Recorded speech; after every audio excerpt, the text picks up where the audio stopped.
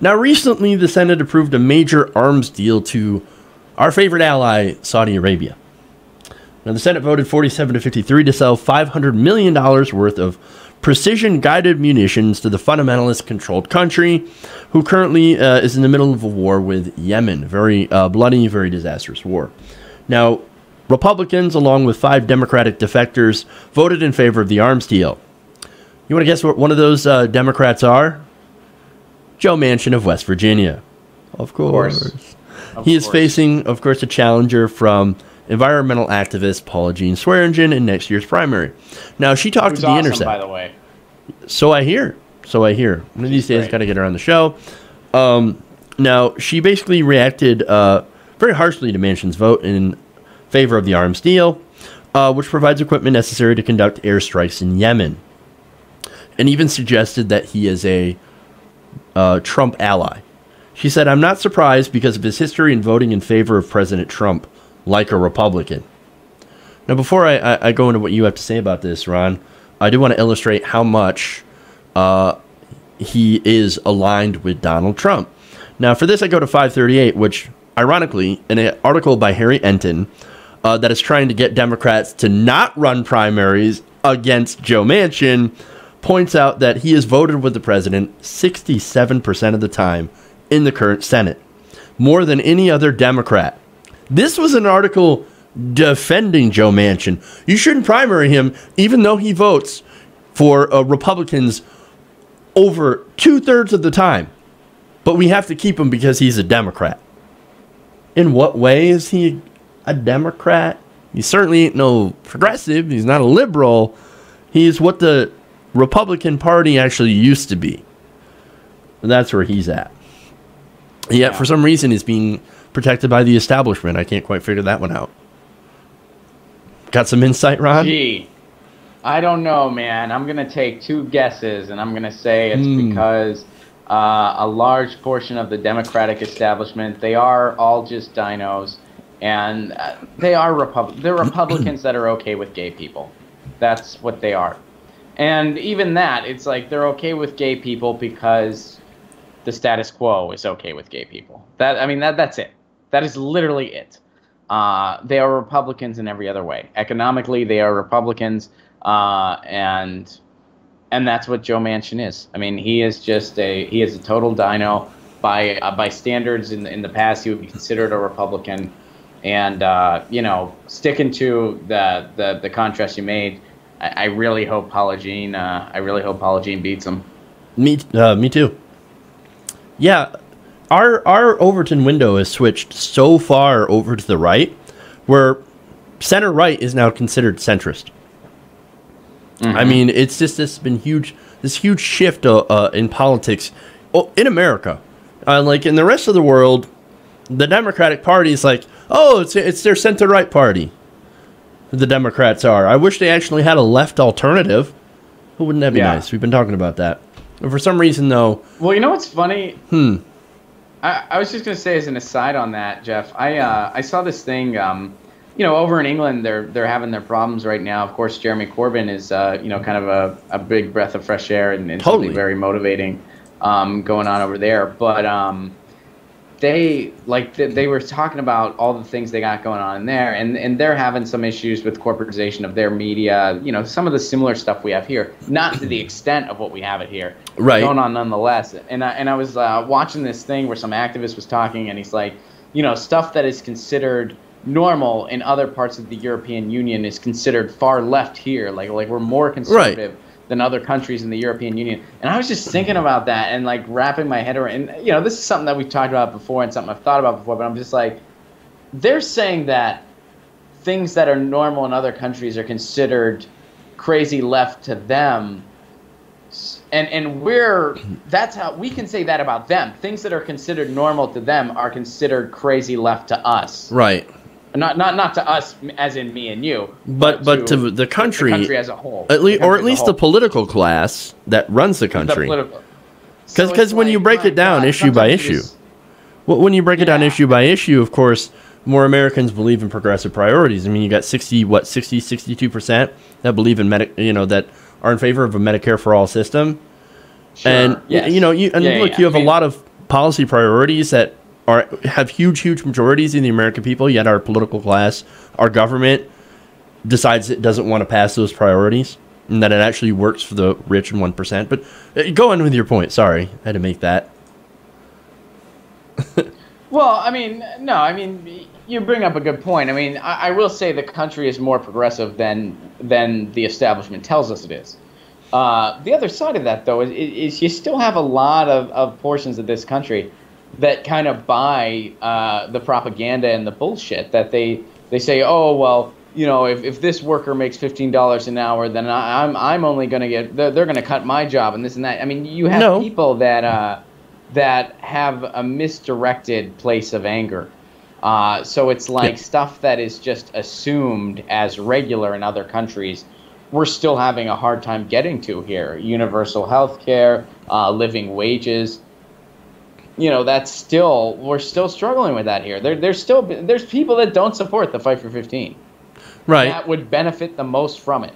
Yeah. You know, I mean, I have family. You have family members, I'm sure. I have family members that, you know, are all about Trump, and they're the people that are getting hit hardest by what this administration wants to do.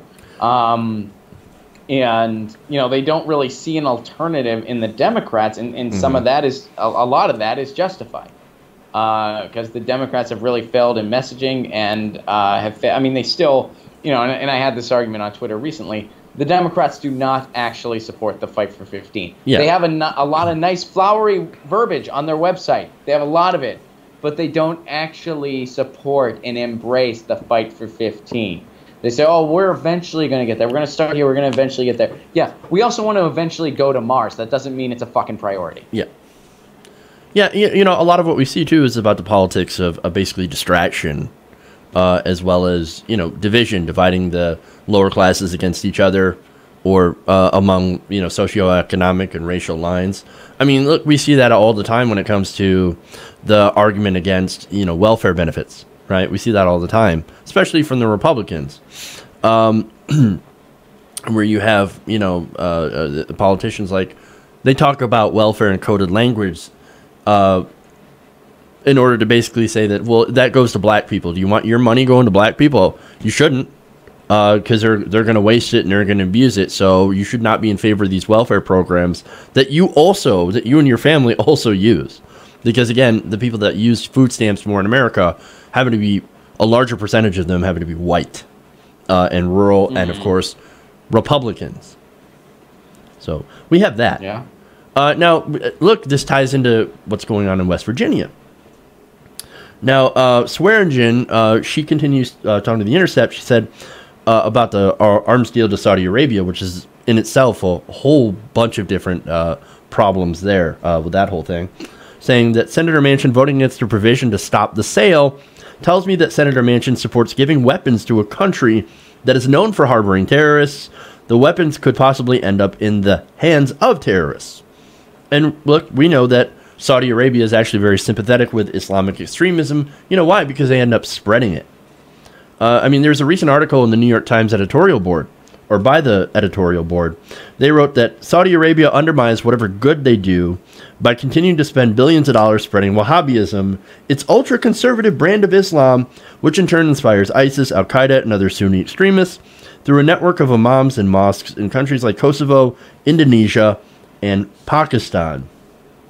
Depending on the Wahhabi clerics for legitimacy, the royal family has been slow to reform a religion that teaches that non-believers and wayward Muslims should be shunned or fought if they reject its strict message. Experts say that some Saudi school texts seem to make a virtue out of hating others. The Saudis, aided by American intelligence and arms, may also be creating extremists with their brutal war in Yemen.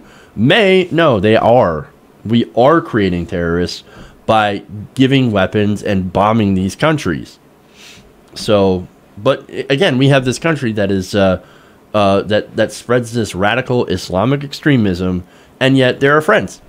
There are so-called friends, buddy, because of the petrodollar. Bingo.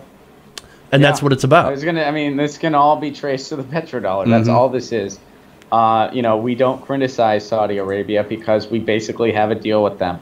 And that deal, very simply put, and I know it's a little more complex, but simply put, you preserve the petrodollar, You help us out with our resources, and we will be your hired military, essentially. Mm-hmm. And that's what we go and do. And that's why we're dropping bombs on Yemen. That's why we're doing all the stuff that we're doing internationally.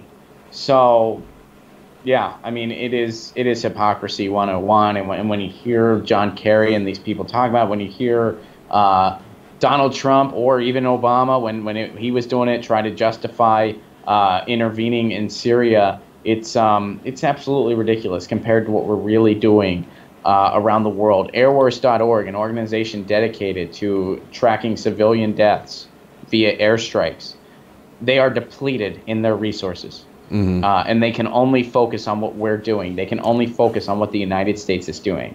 That's how bad it's gotten. Does the media report on this? Absolutely not. Why? Because they're compromised by the war industrial complex. It's really disgusting, but more people are noticing it now because it's a very big villain doing it in Donald Trump, as opposed to a very likable president like Barack Obama. So that's the one kind of silver lining, but it's like, I mean, how can you even celebrate it too much? Because stuff's really still going on, and there's not really much that people can do to change that, because you have to get under the guise that they'll actually have peace candidates. And what do we do when we have a peace candidate? We smear them. Whether they're Bernie Sanders, Jill Stein, or whoever else, we smear them. And we scapegoat them, and we blame them. It's like... I mean, let me make a quick connection here, Jeff. The Steve Scalise shooting, which, I don't wish ill will on anyone. I don't wish violence on anybody. I hope he makes a full recovery. And I hope he maybe learns from it and says, maybe I shouldn't vote against making it a little harder for mentally ill people to obtain guns. Maybe that's going a little too far. But anyway, they blame Bernie Sanders, and they blame Bernie because this guy was a Bernie guy. You know what else this guy also really bought into? He really bought into the Russian narrative. He talked about how Donald Trump hacked our democracy. So why aren't we also blaming the 24/7 talk about Russia, the talk about warfare, the talk about un-American action, when there's no proof and there's not quite any evidence yet? There's no evidence yet. There's no evidence yet. A lot of circumstantial evidence. A lot of circumstantial, but nothing proof. I would say reason for suspicion. Okay, that's fair. I'm not going to say that. Is the Trump administration shady as all fuck? Yeah, absolutely. Dude. No one's going to say that's not the case. And the people that are like so far where they're saying that's not the case, that's like, come on, man. Now you're feeding into the people that buy this stuff, because you're sounding almost as crazy on the other side. There's definite reason for suspicion. There's reason for investigation. There's reason for investigation. Reason for speculation. But until you have actual evidence, there's not reason for 24/7 hysteria. There's not reason for clickbait from the corporate media. There's not reason for establishment Democrats to call this warfare and potentially get us involved in a conflict with Russia. There's no reason for that whatsoever. Even if we do find collusion, there's no reason for a war. But there's no reason for that whatsoever. That's the difference between A and B. This guy bought all that stuff hook, line, and sinker, and then he went and he did this crazy action. And instead, we're blaming Bernie and his supporters. Instead of saying, hey, we've hyper-sensationalized this issue without any actual evidence, maybe that was irresponsible. Maybe that contributed to this. Nope, it was Bernie Sanders and his supporters. Right. Of course, because they have to lay the blame at the feet of people who are anti-war, people who are progressive, people who don't buy into the military-industrial complex, people who aren't necessarily 100% swallowing everything about the Russian narrative, even though there are some compelling parts, I do have to admit, at least in my opinion, but nothing, of course, to constitute the level of, as you said, 24/7 hysteria that we're seeing from channels like CNN, MSNBC, and other mainstream corporate outlets. I'm not saying I'm against the investigation. Oh, no, we're for investigation. I'm for the investigation. I think you've said that multiple times, Ron. We know that you're in favor of looking into this shady shit, because shady shit is shady shit. So don't worry about it. I'm not challenging you on that, of course. But anyway. I just feel like, and I wasn't even directing that at you. I was just saying it for just because I feel like so many people are, well, I mean, there is this mentality, and I know we got to get off this topic, but just real quick, I know there's this mentality right now that really bothers me, where it's like, well, you're with us or you're with the terrorists. No. That mentality is going on parts of the left now. Yeah. Where it's like, well, they colluded, and if you're not, and it's like, dude, we're not saying we're against the investigation. We're saying, you know, let's not jump too far off the ship without evidence. That's what we're saying, and I don't see how that's not seen as completely rational. Like, well, why are the millennials so skeptical about this issue? We're skeptical because we remember the FBI Iraq. and all these other intelligence agencies telling us there had to be weapons of mass destruction in Iraq, do remember and that. it not being there. We also remember when we couldn't impeach a war criminal. We remember all that. So maybe we're a little shaky. We also remember the Democrats being weak at every opportunity they were given. And I'll tell you what, you impeach Trump tomorrow, we get President Pence. You know what happens then? The Republicans distance themselves from the disaster that was Trump. Pence, nothing changes in 2018, and then Pence wins again in 2020. I promise you that is what would happen. All right. Back to the Democrats, we got to move on. Now, look, on the whole issue of, voting in favor of this country that essentially supports terrorism, thanks to the petrodollars we started this on. We expect the Republicans to be hypocrites and vote to give them more weapons, right? But not the Democrats, or at least we used to expect them not to be hypocrites until we found out the extent of the corruption inside the Democratic Party. Now, Paula Jean, going back to her, she linked Manchin's vote to his voting records on domestic matters, saying that both are evidence that Manchin does not respect human rights, saying, quote, he's showing us that he doesn't value human life in Appalachia, in America, or other countries. People are dying in the streets and starving in Yemen.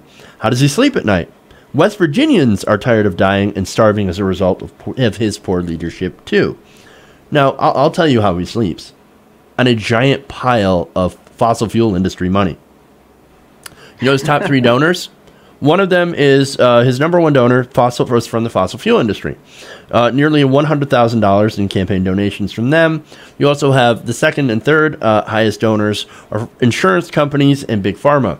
Number 2 is, most notably, Mylan Pharmaceuticals. Do you remember Mylan Pharmaceuticals? Does that ring a bell? Refresh my memory. That is the company that jacked up EpiPens, the price of EpiPens by 400%. Oh, okay. That was that Quilly, or what? How did you say his name? Martin Shkreli. I'm sorry. No, that's not the guy. That's actually not the guy. That's Heather Bresch, is the CEO of Mylan Pharmaceuticals.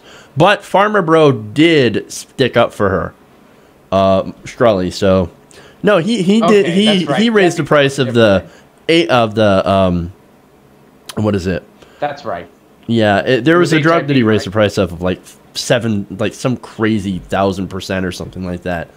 Okay. So the whole pharmaceutical industry is essentially based on greed. We just can't keep our corporate pharmaceutical industry profiteers straight. There's just too many of them. We need a spreadsheet. We need a grid. We should have a Monopoly game. We need something. Pick your corrupt guy. And then it's like, you got Martin Shkreli. I only got, shit. Let's play. I'll trade you EpiPens for HIV medication. We can play like bingo, right? We can play, corrupt profiteer bingo. It's that bad. But anyway, these companies, obviously they fund Joe Manchin, and of course, he does their bidding for that money. Now, along with the Republicans. Because he votes 67% with the Republicans. Manchin isn't a Democrat. He's an old school Republican. He's what the Republican Party used to be before the Republican Party went batshit insane. Now, Paula Jean, she is a real progressive. Now, the citizens of West Virginia, they might not actually care about Saudi Arabia, right? But they do care about healthcare. They do care about good jobs, and they do care about higher wages and economic opportunity. And if you think there are progressives... They care about clean water. And they care about clean water too. Yeah, exactly. And they care about they care about, I would assume, clean energy as well, so they don't have to blow up their majestic mountaintops in order to get at the coal. Mm-hmm. But if you think there aren't progressives in West Virginia, or people who are conservative that wouldn't vote for a progressive, who would actually try to make their lives better, remember that Bernie Sanders, he got a room full of Trump voters to clap for single payer. And of course, he had the races in Kansas and Montana where progressive candidates actually got close to winning without any sort of DNC support and with millions of dollars of outside money flooding into that race. And also, you even had a Republican Trump voting district in New York having a Sanders progressive winning. So if you think that that couldn't happen in West Virginia, then I don't think you are quite as familiar with the country as you think you are. Even if you're in West Virginia, absolutely, there are progressives there. And even if they're not like dyed-in-the-wool, you know, super hippie liberals, there are people that see the common sense in having health care for everybody and having a cleaner environment and having job opportunities, especially in things like clean energy. Because, look, I remember the guy who was talking with Bernie Sanders, and, you know, he was asked, hey, man, you know, if we shut down the coal industry, but there were better jobs that pay better, would you go and work those jobs? Yeah, without a doubt. Of course I'd work those jobs if they had good benefits. The thing is, in West Virginia and places like that, there are only coal jobs, and those are the only jobs that you can actually take care of a family on and raise a family and get health care on and other benefits. Imagine if we expanded opportunity like that without having to destroy the environment to do so. That'd be amazing, wouldn't it? Absolutely. And yeah, and people are coming around to that, and they're coming around to the idea that, you know, we're voting against our own self-interest when we vote Republican.